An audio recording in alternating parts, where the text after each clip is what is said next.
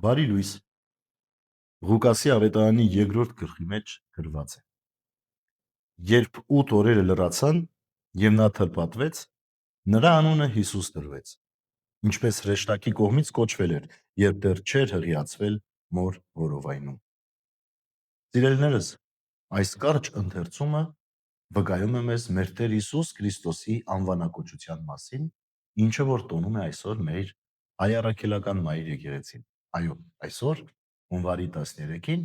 մեր Տեր եւ Փրկիչ Հիսուս Քրիստոսի անվանակոչության տոնն է։ Ինչ էր իրենից ներկայացնում այդ անունը,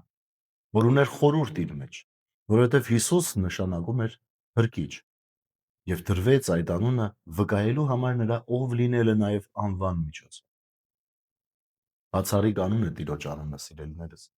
Իզուր չէ, որ մեր եկեղեցական ավանդության մեջ, անգամ ազգային մեր սովորության մեջ Հիսուս անունը այլևս չենք կրկնում։ Չենք դնում մեր երեխաների, մեր զավակների վրա, որպեսզի մնա բացառիկ, իր վիճակով,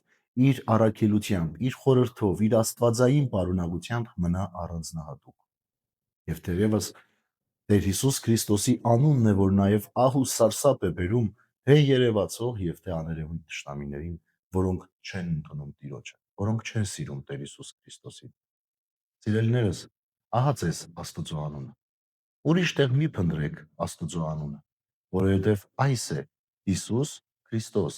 այս է մեզ Աստծո անվան վկայությունը, որ մեր կյանքի մեջ կարող ենք կիրառել։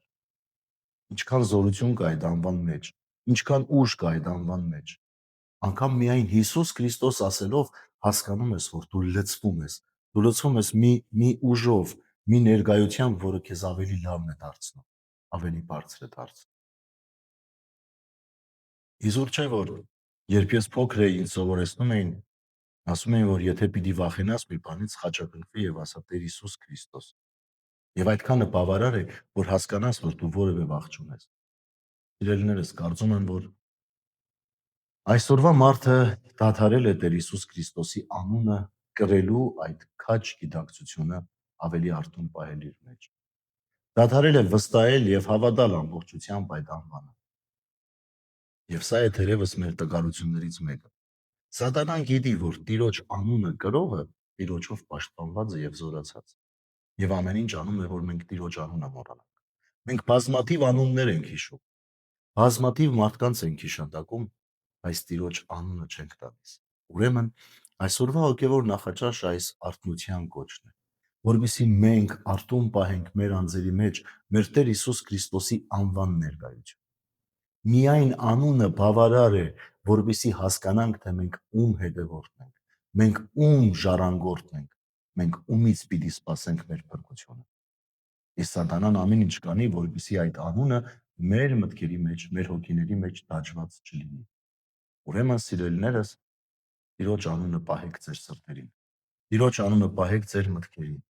Տիրոջ անունով զորացեք։ Անկամ եթե աղոթել չգիտեք, այդ բան չգիտեք ինչպես պիտի շարադրեք ձեր աղոթքը, ձեր մտքի մեջ ինչպես պիտի այդ աղոթքը հնչի,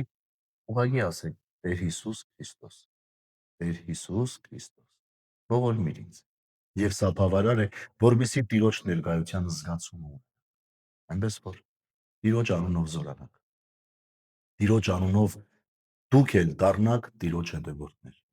Տիրոջ անունով դուք էլ հաստատում մնաք այն ճանապարհի մեջ, որ նույն մեր Տեր Հիսուս Քրիստոս է դրել մեր փրկության համար։ Եվ այդ անունով բարձենաք։ Որտեղ չկա այլ բան, ոչ երկնքում, ոչ երկրի վրա բարձենալու, եթե ոչ միայն մեր Տեր Հիսուս Քրիստոսով, որին փառք այժմ եւ միշտ եւ հավիտյանս հավիտենից ամեն։ Բարի եւ խաղաղ օր ձեզ բոլորիդ։ Աստված օրհնի ամենքիս։